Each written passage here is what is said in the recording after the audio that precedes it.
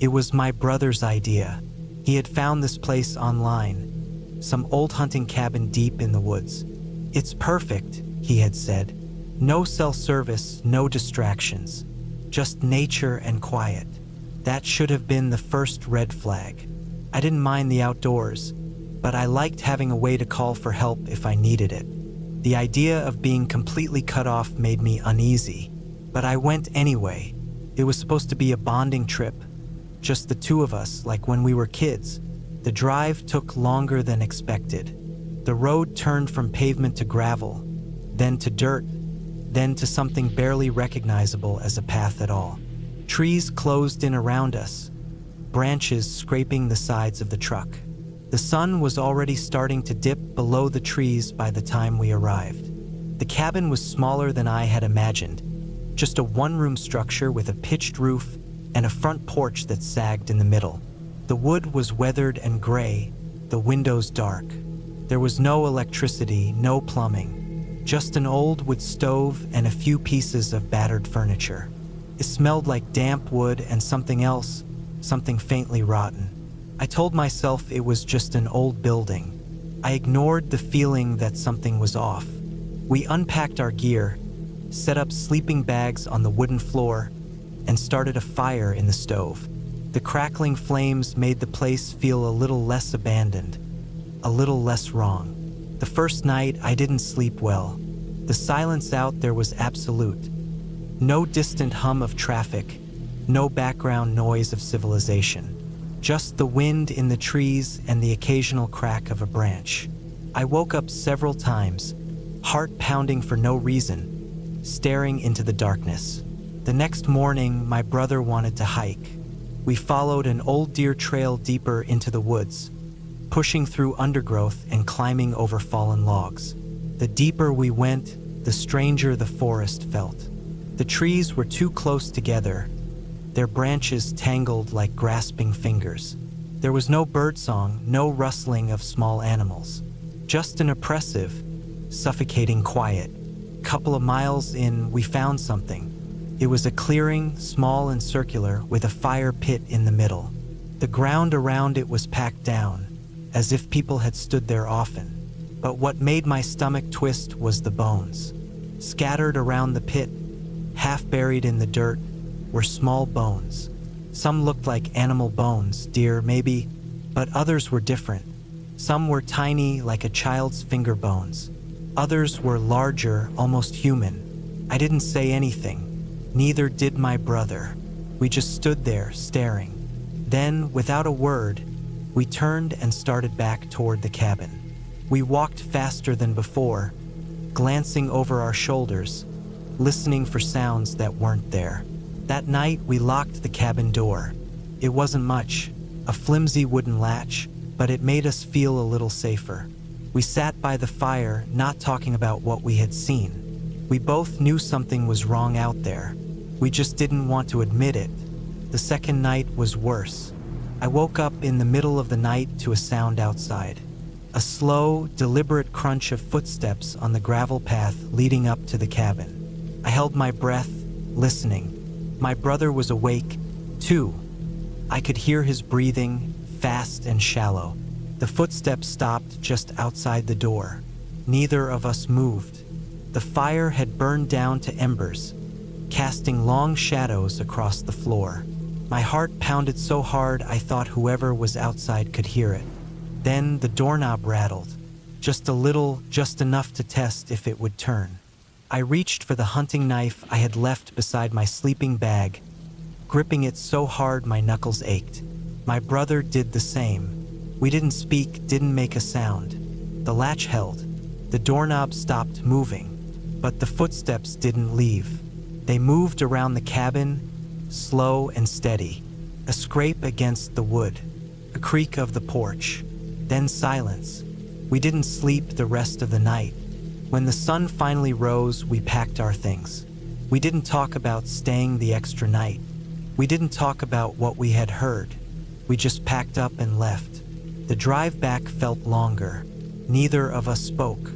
The silence between us was heavy, like we had left something behind in that cabin but taken something with us, too. We never talked about it again. But sometimes, when I'm alone at night, I think about that sound, the slow, testing rattle of the doorknob, the footsteps in the dark, and I wonder what would have happened if the latch hadn't held.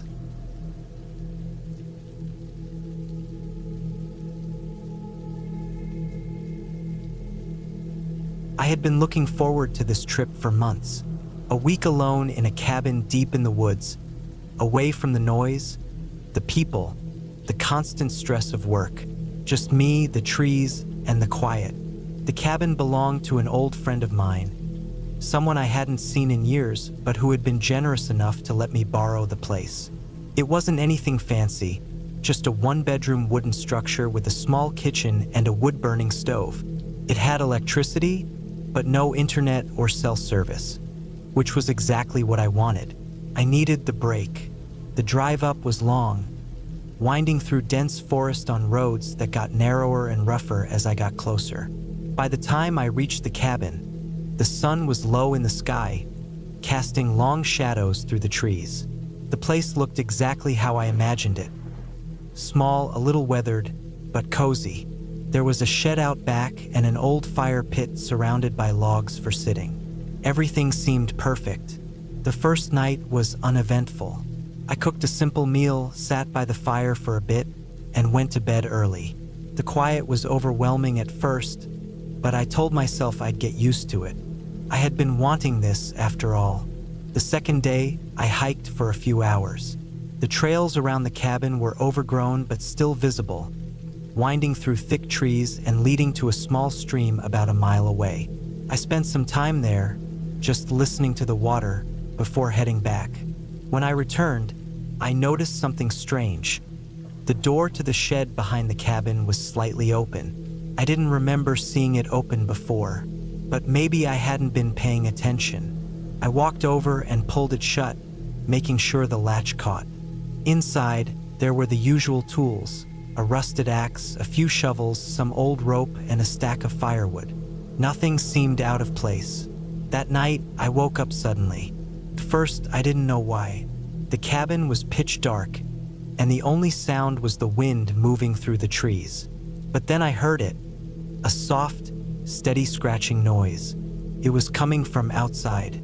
I sat up, my heart pounding. The sound wasn't loud, but in the silence of the woods, it was impossible to ignore. It was slow, deliberate, like something dragging against wood. It stopped after a few minutes, and I didn't hear anything else the rest of the night.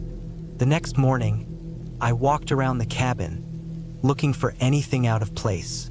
The shed was still shut, the firewood stack was undisturbed, and the dirt around the cabin didn't show any obvious tracks. Maybe it had been a tree branch moving in the wind or an animal. I tried to push it out of my mind. That day, I stayed close to the cabin, chopping wood and reading. As the afternoon faded, I started a fire outside and sat watching the flames. But as I stared into the woods, I had a strange feeling, like I wasn't alone. I kept glancing over my shoulder, half expecting to see something standing at the tree line. But there was nothing. That night, the scratching came back. This time, it was closer. It sounded like it was right outside the cabin walls, slow and methodical. I held my breath, listening. Then it stopped just like before. I barely slept. The next morning, I checked the walls outside. Nothing. No scratches, no marks. I tried to convince myself I was being paranoid. But then I saw the shed door. It was open again. Not just slightly this time, wide open. I felt my stomach drop. I knew for a fact I had shut it the day before. The inside of the shed looked the same, but I couldn't shake the feeling that something was wrong. I shut the door and wedged a large rock against it. If it was an animal, that would keep it out.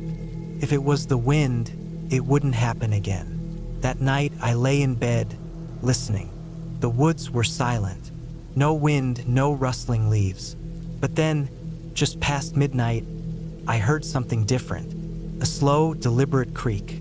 It was the sound of the shed door opening. My breath caught in my throat. I stayed completely still, every muscle in my body tense. And then came the sound of footsteps, soft, careful steps moving toward the cabin. I reached for the flashlight on the nightstand, barely daring to breathe. The footsteps stopped just outside the cabin wall, right where I had heard the scratching before. I gripped the flashlight, waiting. Minutes passed, but nothing happened. Then, slowly, the footsteps moved away, back toward the shed. I didn't sleep the rest of the night. As soon as the sun came up, I packed my things.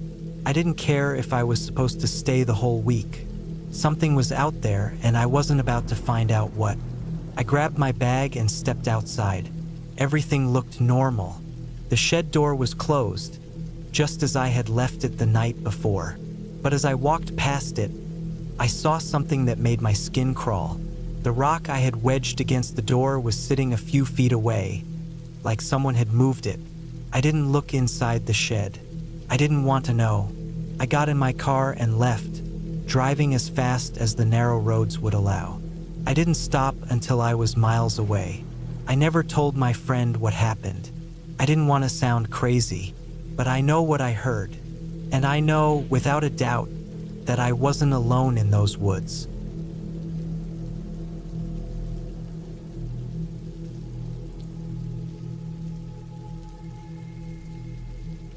The plan had seemed simple enough. A weekend off the grid, away from work, away from people, away from everything. The old hunting cabin in the woods belonged to a friend of my uncle's, a guy I'd never met, but apparently it had been sitting unused for a couple of years. Solid place, my uncle had said. Rustic, but it's got the basics. With stove, cot, and a locked door. That was all I needed. The drive took longer than expected. The two-lane highway gave way to cracked pavement, then to gravel, then to dirt, the trees thickening on both sides. Eventually, the GPS cut out. I had printed directions, but they weren't much help when I reached an unmarked fork in the road. I took a guess, figuring either way would lead me somewhere, and kept driving.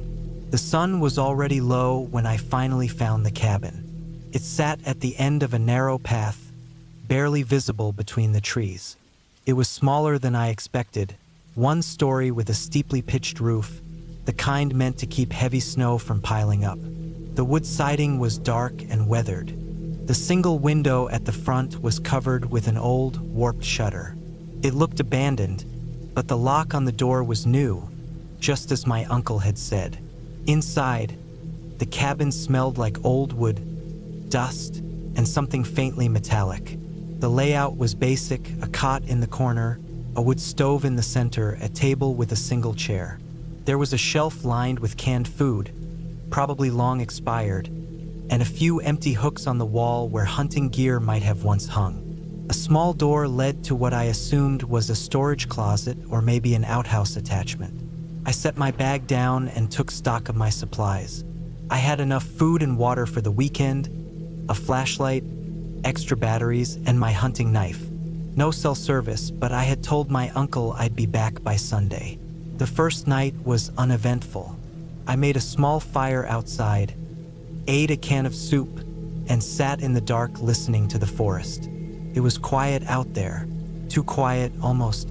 I was used to camping, to the sounds of wind and animals moving in the underbrush, but something about this silence felt wrong, like the whole place was holding its breath. I told myself it was just the isolation. Then I heard it, a single, deliberate knock, not from the door, but from the back of the cabin. I froze, my spoon halfway to my mouth. I strained my ears, listening. Nothing. Probably a branch falling, I thought. But then it came again. 3 knocks. Slow. Steady. I stood up, heart pounding. My flashlight was in my bag inside the cabin. I hadn't bothered to keep it with me because I hadn't expected to need it. I turned toward the sound, trying to see into the trees, but the firelight didn't reach far. I took a deep breath. "Hello," I called out. My own voice startled me in the quiet. Nothing. I waited for what felt like a long time before finally forcing myself to sit back down. Probably an animal, I told myself. Woodpecker, maybe. I didn't sleep well that night. Every time the wind shifted, I imagined I heard footsteps in the leaves outside. The next morning, I walked around the cabin, looking for any sign that someone, or something, had been there. Nothing. No footprints, no broken branches, no sign of animals. Just my own paranoia.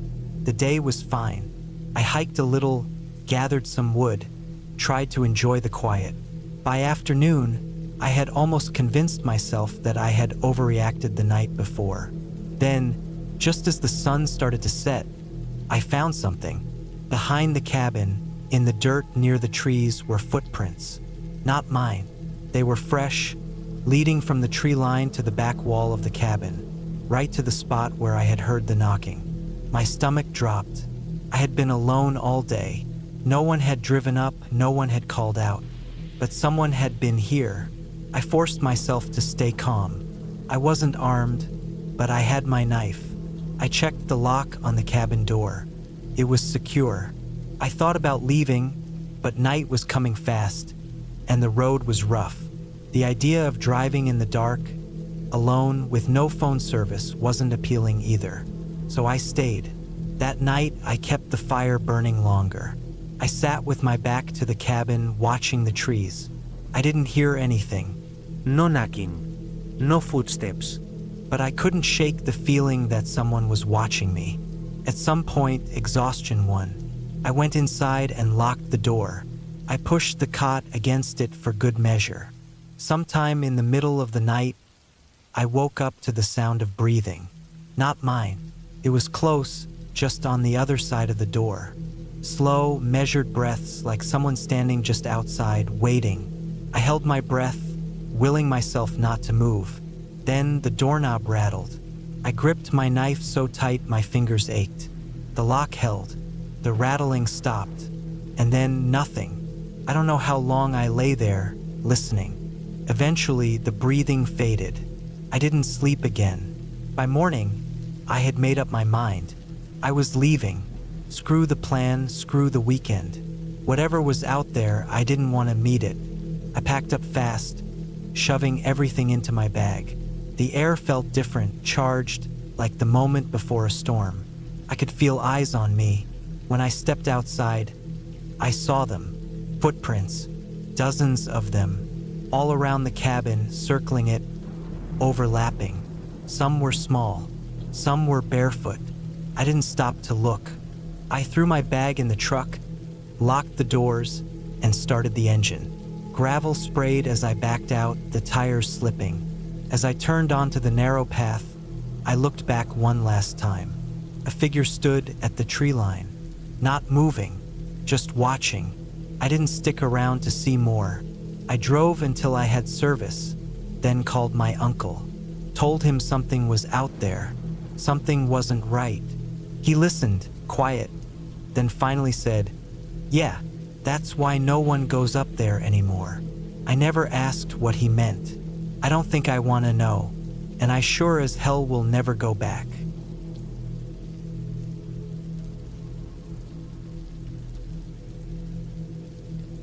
I never wanted to spend the weekend at the cabin. It was my brother's idea, and when he first brought it up, I shot it down immediately. But he kept pushing. "You need to get away," he said. "You've been working yourself to death."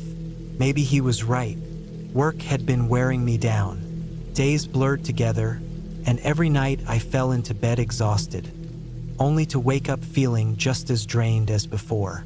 The thought of disconnecting for a few days, no emails, no meetings, no phone calls, it sounded good. So, against my better judgment, I agreed. The cabin belonged to an old friend of my brother's, tucked deep in the woods, far from any main roads.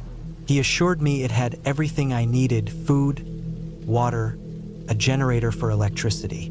"You'll love it," he promised. I didn't love it. The drive took me longer than expected. I got lost twice, my GPS cutting in and out as I made my way down narrow, winding roads. By the time I arrived, The sun had already dipped below the trees, and the cabin stood in the dim light, waiting. It was smaller than I imagined, just one story with a slanted roof and a small porch. The wood looked old, almost blackened with time. The windows were covered with thick curtains, and the door had deep scratches running down its surface. I told myself it was just from the weather, but something about them looked wrong. Not like wind damage, not like anything natural. Inside, the air was thick with dust, and the scent of old wood and something faintly metallic clung to everything. I dropped my bag near the door and did a quick walkthrough. The cabin was simple. One main room with a couch, a wood stove, and a small kitchenette. There was a single bedroom and a bathroom that smelled of damp wood and rust. The first night was uneventful, at least at first. I made dinner on the gas stove, read a book by lantern light, and eventually crawled into bed. Took a while to fall asleep. The silence was heavy, pressing in on me, reminding me how far I was from anyone. But exhaustion won and I drifted off. Then something woke me up. It was a sound, faint at first, but growing louder, scraping like something dragging across the wooden porch. I froze, listening. My first thought was an animal, a raccoon or maybe a coyote. But as I lay there, barely breathing, I heard something else. A low, rhythmic tapping against the cabin walls. Not random, not the wind. I reached for my phone, but of course I had no signal. My heart pounded as I forced myself to sit up, straining to hear. The tapping moved slow, deliberate around the cabin. Started at one wall, then another, circling. I stayed like that for what felt like hours, my ears tuned to every sound. Eventually, the noises stopped. I told myself it was just my imagination. I was jumpy from being alone. The next morning, I went outside, half expecting to see nothing, to confirm that I had just been paranoid. But there were marks on the porch, deep scratches in the wood, fresh, the splinters still raw and bright. I checked the walls, more scratches, the same kind I had seen on the door. I told myself it was a bear. That made sense. It had to be a bear. The second night, I locked the door, shoved a chair against it for good measure, and kept my flashlight within reach. I told myself I was being ridiculous, but when the tapping started again, that same slow, deliberate pattern, my stomach dropped. I sat up, gripping the flashlight, my hands slick with sweat. The tapping moved around the cabin just like before, but this time there was something else. A soft creak of the porch boards, like weight shifting. I didn't move, didn't breathe, and then the door handle rattled. I almost dropped the flashlight. The sound was quiet, subtle, like someone testing the lock. Then it stopped. Silence stretched so long I thought maybe I imagined it. But then, something pressed against the door. The wood groaned, the hinges shifting slightly. I grabbed the knife from my bag, holding it in shaking hands. I don't know how long I sat there, but eventually whatever was outside left. By the time the sun rose, I had already packed my bag. I didn't care if I had promised my brother a whole weekend. I wasn't staying another night. When I stepped onto the porch, I saw them. Footprints, not animal tracks. Bare human footprints pressed into the dirt. They led from the trees, circled the cabin, then stopped at the door. Just stopped. No prints leading away. I didn't look back as I drove away. I don't know who or what was out there, but I do know this. I will never go back.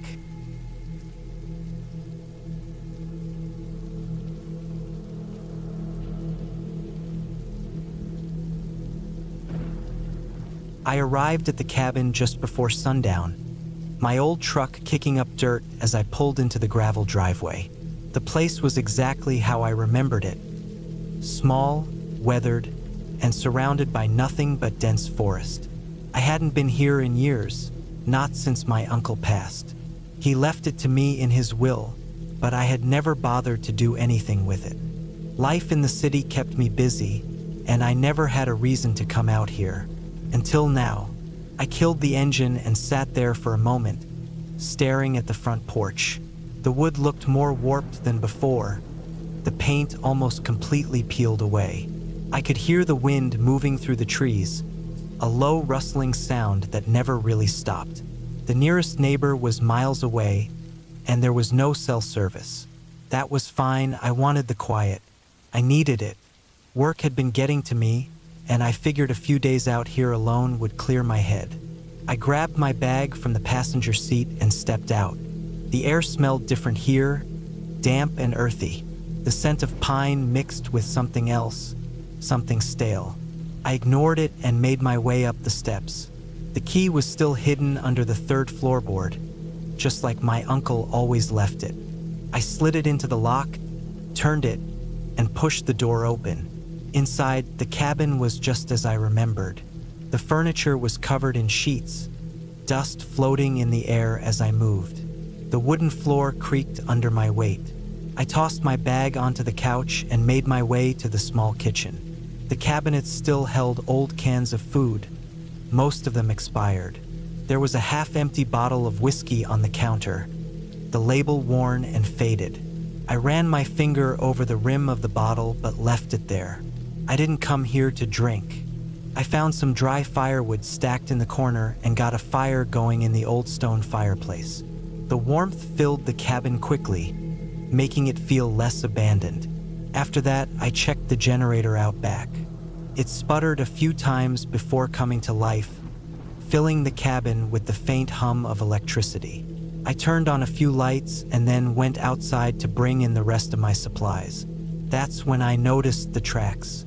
They were faint, almost washed away by the wind, but they were there, leading from the tree line to the cabin and then back again. They weren't mine. I had only just arrived. I crouched down, running my fingers through the disturbed dirt, barefoot. Whoever made them wasn't wearing shoes. The prints were small, not like a child's, but not full-grown either. My stomach tightened. Maybe some local drifter had been squatting here. Maybe just a hunter passing through. Still, it made me uneasy. I brought my supplies inside and locked the door behind me. I told myself it was nothing, but I checked the windows just in case. I made sure they were locked, then shut the curtains. Outside, the woods had grown darker, the trees swaying in the wind. I shook the feeling off and focused on settling in. That night, I barely slept. The wind had picked up, making the trees groan and creak.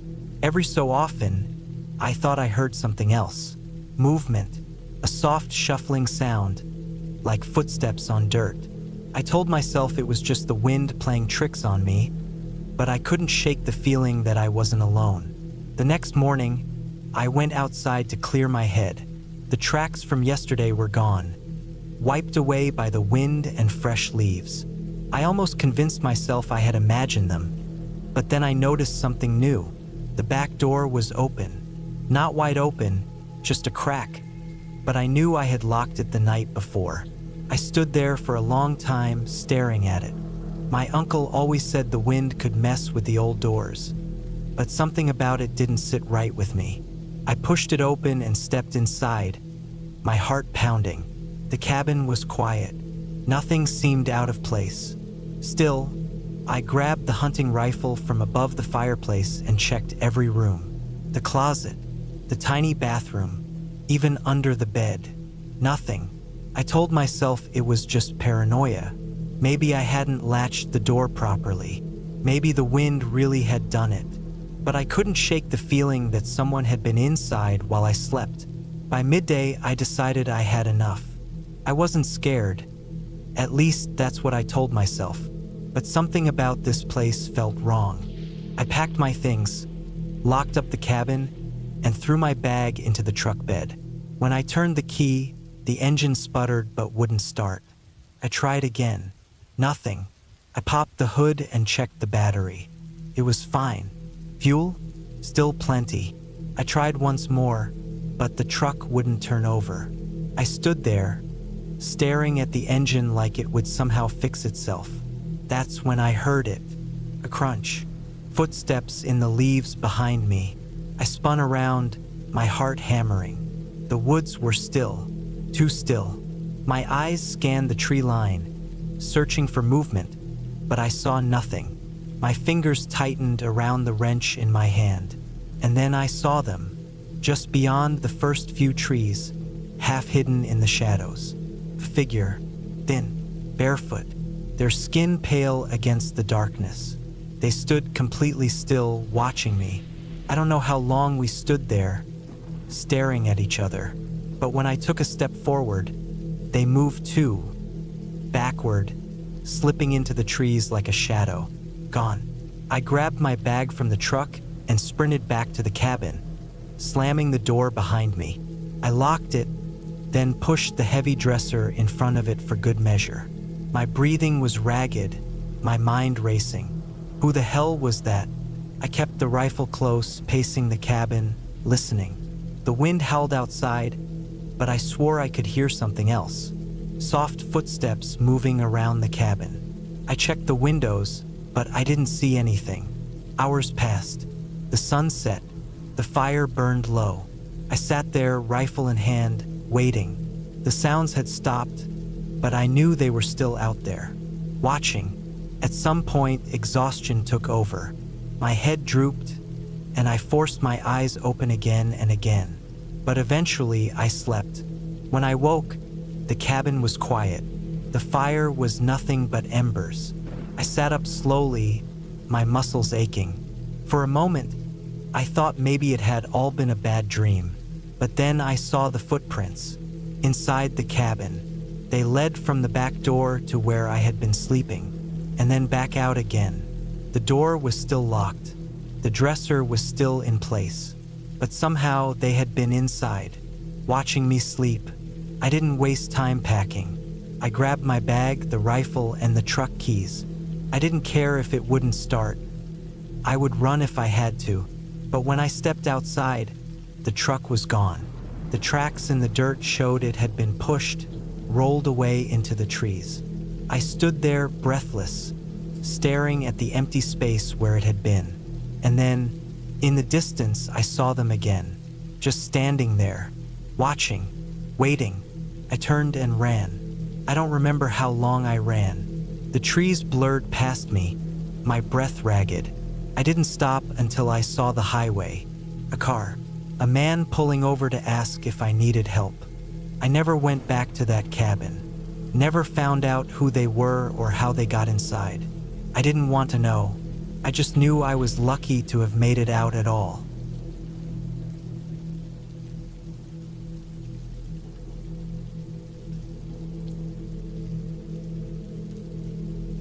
I don't know why I went back.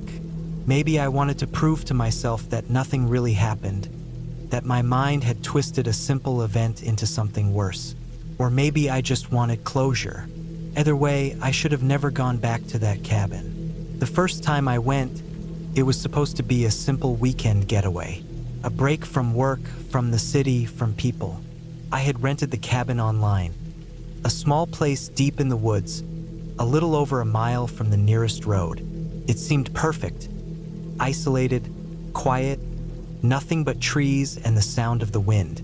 I packed light, some food, my sleeping bag, a flashlight, and a book I never ended up reading. The hike to the cabin wasn't bad. The sun was low but still warm, and the trail was well worn, leading me deeper into the woods. Birds chirped in the distance, and the air smelled like pine and damp earth. I remember feeling calm, like I had made the right choice in coming here. The cabin itself was old but sturdy, a single-room structure with a small porch and a fire pit out front. Inside, there was a bed, a wood stove, and a small table with a single chair. The windows had thick shutters, and the door was solid, locked with a heavy latch. It was simple, but it was all I needed. That first night, I built a fire outside and cooked a can of chili. As the sun set, the woods grew darker, the trees becoming black shapes against the sky. The quiet felt different at night, heavier. Every sound seemed sharper, more distinct. A branch snapping in the distance made me sit up, listening. Probably an animal. That's what I told myself. I went inside when the fire burned low, locked the door, and crawled into my sleeping bag. The wood stove crackled softly, casting flickering light against the walls. I closed my eyes, listening to the wind outside, the occasional rustling in the underbrush. Normal forest sounds. Then I heard the footsteps. They were slow, deliberate, moving just outside the cabin. I held my breath, my heart hammering. At first, I thought maybe it was a deer or some other animal, but these steps weren't erratic. They had weight, a pattern. Someone was out there. I reached for my flashlight, gripping it tight. The footsteps circled the cabin once, then stopped near the front door. I didn't move. I barely breathed.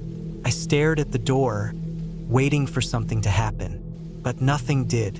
Minutes passed. My ears strained for any sound, but everything was silent again. I told myself I had imagined it, that the sounds had just been the woods settling or the wind shifting the trees. I didn't sleep much that night. The next morning, I forced myself outside. The ground was damp from the night air, but I saw nothing out of place. No footprints, no sign that anyone had been there. Still, I couldn't shake the feeling that I had heard something, that I hadn't imagined it. But I convinced myself to stay. It was only one more night. I spent the day hiking, exploring the area. I found an old hunting stand about a half-mile from the cabin, its wooden planks rotting, the ladder missing a few steps. Further on, I saw what looked like an old fire pit, long abandoned, stones scattered. I didn't see anyone else, though. No signs of campers or other hikers. That night, I locked the door again, made sure the shutters were closed. I lay in my sleeping bag, staring at the ceiling, waiting. The woods were quiet, too quiet. No wind, no rustling leaves, just silence. Then the footsteps came back. They were closer this time. I could hear them clearly against the dirt outside. Slow, steady. They stopped right by the window. I held my breath, gripping the flashlight so tight my hand hurt. And then, the doorknob moved. It was subtle, barely a rattle, but I heard it. Someone was testing the lock. I didn't move. My heart pounded so loud I was sure they could hear it. The knob stopped moving after a few seconds, and the footsteps shifted, moving away from the door. I listened as they circled the cabin again. Then silence. I didn't sleep at all. By morning, I was done. I packed my things, checked outside one last time. Still no footprints, no signs of anything. But I knew what I had heard. I practically ran back to my car. I didn't tell anyone about it. Not at first. What could I say? That I heard footsteps? That someone might have been out there? It sounded stupid, but it stayed with me. Months passed, and I couldn't shake the feeling. And then, for some reason I still don't understand, I went back. This time I came prepared. A knife, a better flashlight, even a small camera.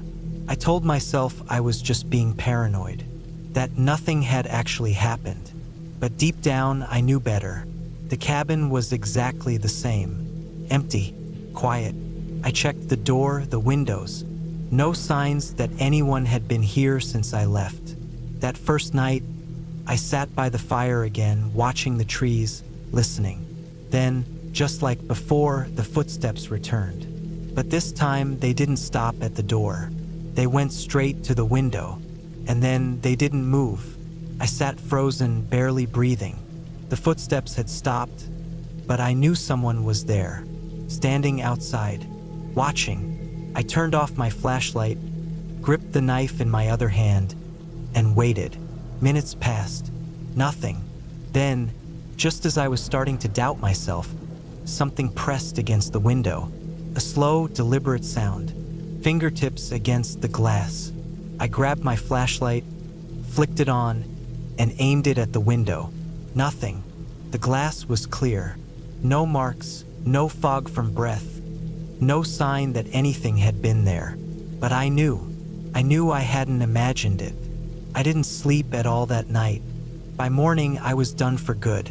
I packed everything, made sure I left nothing behind. As I turned to leave, I looked back one last time, and that's when I saw it. Carved into the wood of the door, just above the latch, were 5 deep scratches. Fresh. I don't go camping anymore.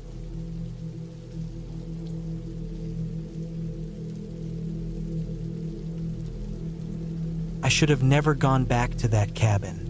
I knew it the moment I stepped inside, but by then, it was too late to turn around. It was the kind of knowing that doesn't come from logic, doesn't come from memory, just sits in your chest like something heavy, something final. I should have listened to it. The place wasn't mine. It was my uncle's, though I don't think he had set foot in it in the last 15 years. He had offered it to me for a few weeks, some peace and quiet away from the city. I had taken him up on it because I was exhausted, sick of the constant hum of traffic and the endless cycle of work and sleep. I wanted silence. I wanted to be alone. I got what I wanted, but not in the way I expected. The cabin sat in the middle of nowhere, deep in the woods of northern Montana.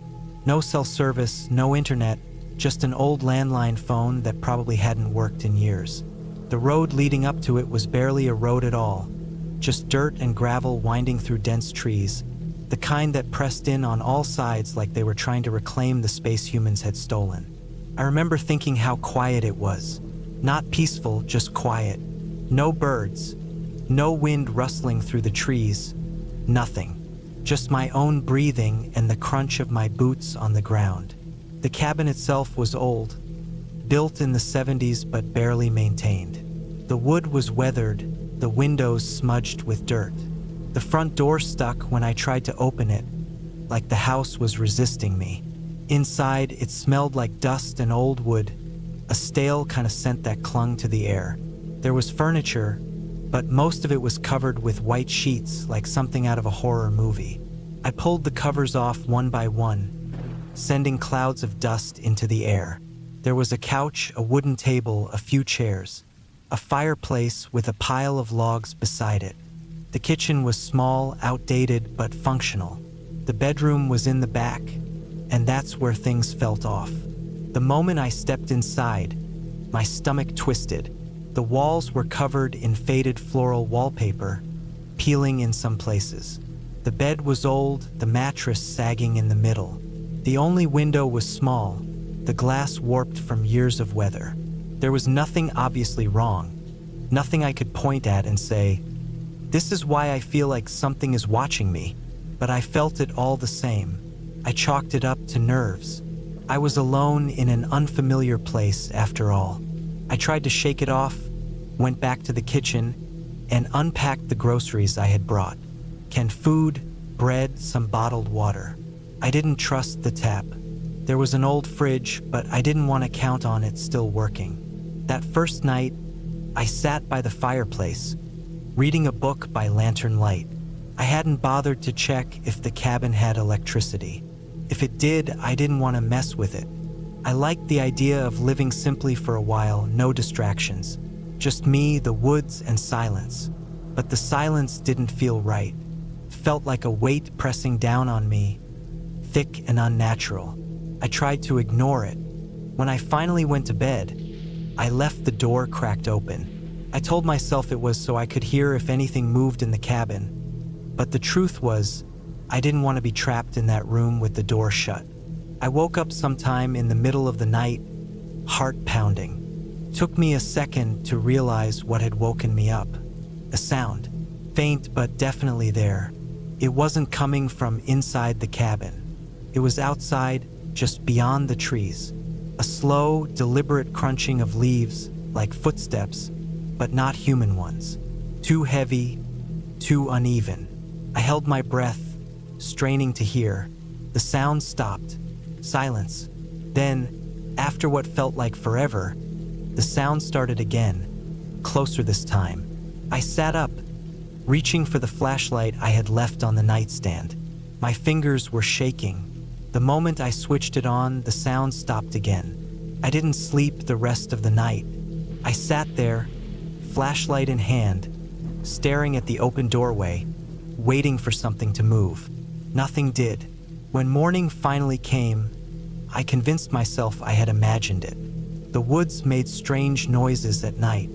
It was probably just an animal, maybe a deer or a bear. Nothing to be afraid of. But I was afraid. I just didn't want to admit it. The next few days were uneventful, but the feeling never left me. That heavy, watching presence. I tried to ignore it, focused on chopping wood, making simple meals, taking short hikes around the cabin. But every time I stepped outside, I felt exposed, like something was just beyond the trees, waiting. I stopped going out after dark. Then, on the 5th night, I woke up to something new. The sound of the front door creaking open. My blood turned to ice. I had locked it. I knew I had. I moved as quietly as I could, grabbing the hatchet I had left by the fireplace. I pressed my ear against the bedroom door. Silence, but not the good kind. The kind that felt held, like something was waiting for me to make the first move. I stayed like that for what felt like an eternity. Then finally I heard it. A slow, dragging sound moving across the floorboards. Not footsteps, something heavier, something being pulled. I should have run. I should have grabbed my keys and bolted. But I didn't.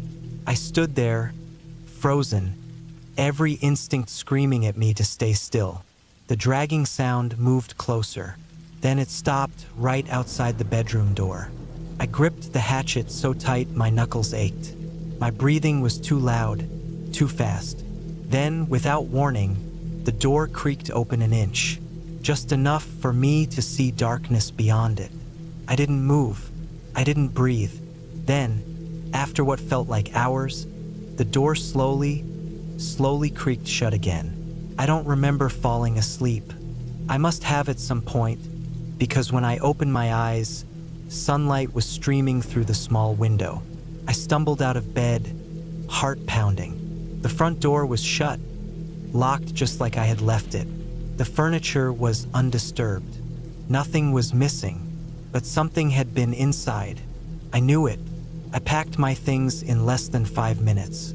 I didn't even bother cleaning up. I grabbed my keys, my bag, and walked straight to the car without looking back. I didn't breathe normally until I hit the highway. Even then, it felt wrong, like something had followed me. I never told my uncle what happened. I never went back. But sometimes, in the middle of the night, I wake up to the sound of something moving outside my window. Slow, deliberate, waiting. And I know, deep down, that I was never really alone in that cabin.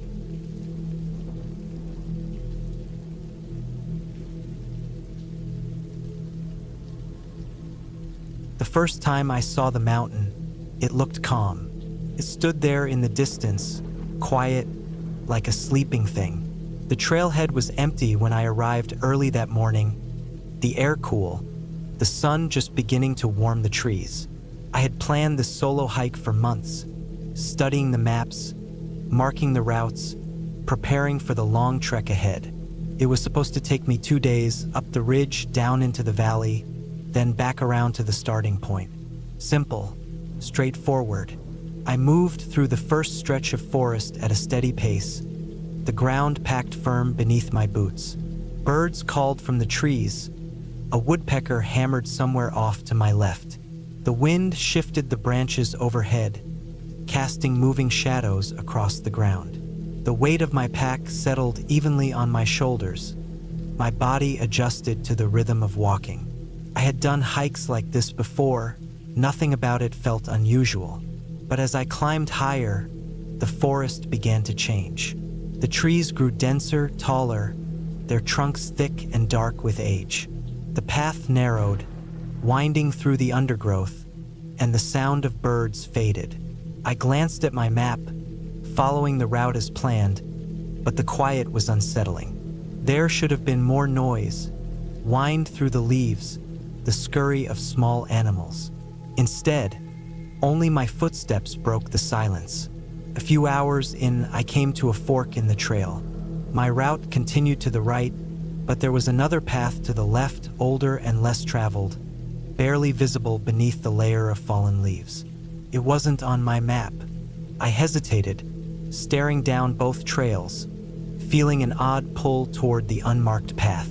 I shook it off and continued right, sticking to my plan. By midday, I reached the ridge. The view stretched out before me, rolling hills covered in thick forest, a river snaking through the valley below. I took a break, eating a granola bar, sipping water. My muscles ached slightly, but I felt good, strong. I checked my map again. Everything was going as planned. Then I noticed the first strange thing. At the edge of the ridge, where the trail dipped down toward the valley, there were footprints. Fresh ones. They led off the trail into the brush, disappearing into the trees. I wasn't expecting to see anyone else up here. It was a weekday, and this route wasn't popular. But the prints were recent, the edges sharp in the dirt. Someone had passed through not long before me. I told myself it didn't matter. Probably just another hiker. Maybe a hunter. I pushed the thought away and kept moving. The descent into the valley was steep, the dirt loose beneath my boots. I took careful steps, watching my footing. The air grew cooler as I moved lower, the shadows stretching longer. The feeling of being watched crept up on me slowly. I kept glancing over my shoulder, scanning the trees, seeing nothing but trunks and branches. But the feeling stayed, heavy, persistent. I walked faster. By late afternoon, I reached the valley floor. The air was still, thick with the smell of damp earth. The path here was faint, overgrown, winding through patches of ferns and moss-covered rocks. I followed it carefully, keeping track of my position, knowing I had to find a clearing soon to set up camp. Then I saw something ahead, a shape low to the ground, half hidden by the underbrush. As I moved closer, my stomach clenched. It was a backpack, old, faded, torn in places, the kind hikers carried. I stopped, staring at it. It had been here for a while, long enough for the fabric to stiffen, for dirt and leaves to collect around it. I stepped forward, nudging it with my boot. Something rattled inside. A bad feeling settled in my gut. I crouched, hesitating, then unzipped the main compartment. Inside were supplies, water bottle, first aid kit, an old map, its edges curled. Normal things, but no sign of the owner. I stood scanning the area. The silence pressed in thick, heavy. Then I noticed the footprints. They led away from the pack, deeper into the trees. But there were no prints coming back. I swallowed hard. Something about it was wrong. I forced myself to move, to keep going, leaving the pack where I found it. I needed to find a place to set up camp before dark. I walked for another hour before I found a small clearing. I set up my tent quickly, working with steady hands, ignoring the unease crawling up my spine. As night fell, I forced myself to eat, to drink water, to keep my routine normal. I told myself I was overthinking. Just another lost pack. Maybe someone had left it behind, hiked out another way. That had to be it. But as I lay in my tent, staring at the fabric above me, the forest outside too quiet, I knew I was lying to myself. Sleep came in short bursts. I kept waking, listening, heart pounding at every small sound. At some point, I must have drifted off, because the next thing I knew, a noise snapped me fully awake. A rustling, close, too close. I held my breath, straining to hear. Footsteps, slow, deliberate, moving just beyond my tent. I stayed still, every muscle in my body locked. The steps circled once, then stopped. The silence stretched. Minutes passed, then more. Eventually, the footsteps moved away, fading into the trees. I stayed awake the rest of the night, listening. To first light, I packed up, moving fast. I didn't eat, didn't stop. I just walked. I needed to get out. The feeling of being watched never left. I hiked hard, pushing myself, barely stopping for water. The trees felt closer, the air heavier.